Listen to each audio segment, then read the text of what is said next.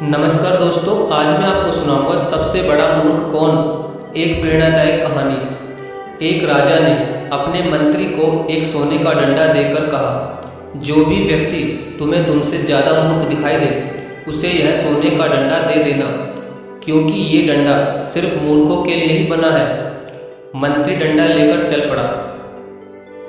बहुत तलाश करने के बाद उसे एक ऐसा मूर्ख व्यक्ति दिखाई पड़ा जो उससे भी ज़्यादा मूर्ख था, और उस मंत्री ने वो सोने का डंडा उसे देकर कहा कि यदि तुम्हें कोई अपने से भी ज़्यादा मूर्ख व्यक्ति मिले तो उसे यह डंडा दे देना।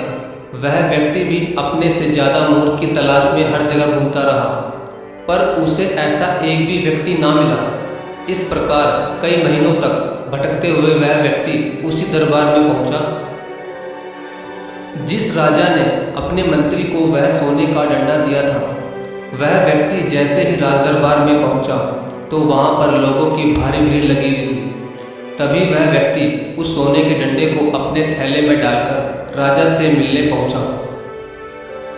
तो उसने देखा कि राजा तो बहुत ज़्यादा बीमार पड़ा था और वैद्य जी उनकी नब्ज देख रहे थे। तभी राजा ने सभी लोगों से कहा कि मेरा अंत समय आ चुका है, अब मैं इस संसार को छोड़कर जा रहा हूँ।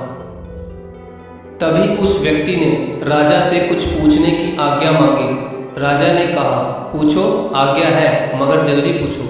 फिर उस व्यक्ति ने पूछा कि महाराज, आपकी सेना, हाथी, घोड़े और जो राज्य आपने कई राजाओं और लोगों को मारकर जीता है, वह उन राजाओं से जीता हुआ सोना, चांदी, हीरे, मोती, इन सब का क्या होगा?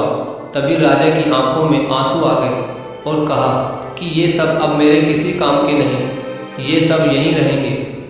तभी उसी वक्त वो व्यक्ति अपने थैले में से वो सोने का डंडा निकालकर राजा को देते हुए कहता है कि महाराज, संभालिए इस सोने के डंडे को, इसके असली हकदार आप ही हैं, क्योंकि मुझसे कहा गया था कि ये सोने का डंडा मैं उस व्यक्ति को दूं जो मुझसे ज़्यादा मूर्ख हो। लेकिन मुझे ये कहने में कोई डर नहीं कि महाराज, आपसे ज़्यादा कोई और मूर्ख हो ही नहीं सकता, क्योंकि जब आपको पता था कि ये सोना, चांदी, हीरे, मोती और इतने बड़े बड़े राज्यों को आप मरने के बाद ऊपर भगवान के पास नहीं ले जा सकते, तो फिर आपने इतने लोगों को क्यों मारा? क्यों अपना पूरा जीवन दूसरे राज्यों को लूटने में बिता दिया? क्या मिला आपको ये सब हासिल करके? इसलिए मेरे हिसाब से महाराज, पूरी दुनिया में आपसे बड़ा मूर्ख कोई नहीं हो सकता। इसलिए मैं आपसे माफ़ी चाहूँगा, लेकिन ये डंडा आप ही रखिए। ये कहकर वहाँ से वो व्यक्ति चला जाता है।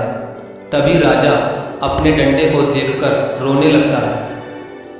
उसने मन ही मन सोचा कि वास्तव में दुनिया का सबसे बड़ा मूर्ख मैं ही हूँ, क्योंकि मैंने बुरे कर्म तो बहुत किए, मगर अच्छा कर्म मैंने एक भी नहीं किया। इस बात का राजा को बहुत ज़्यादा पछतावा होता है।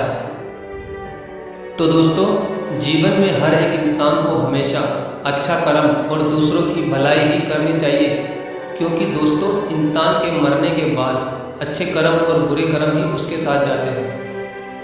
अगर दोस्तों आपको ये प्रेरणादायक कहानी अच्छी लगी हो तो प्लीज़ वीडियो को लाइक और शेयर जरूर करें। धन्यवाद।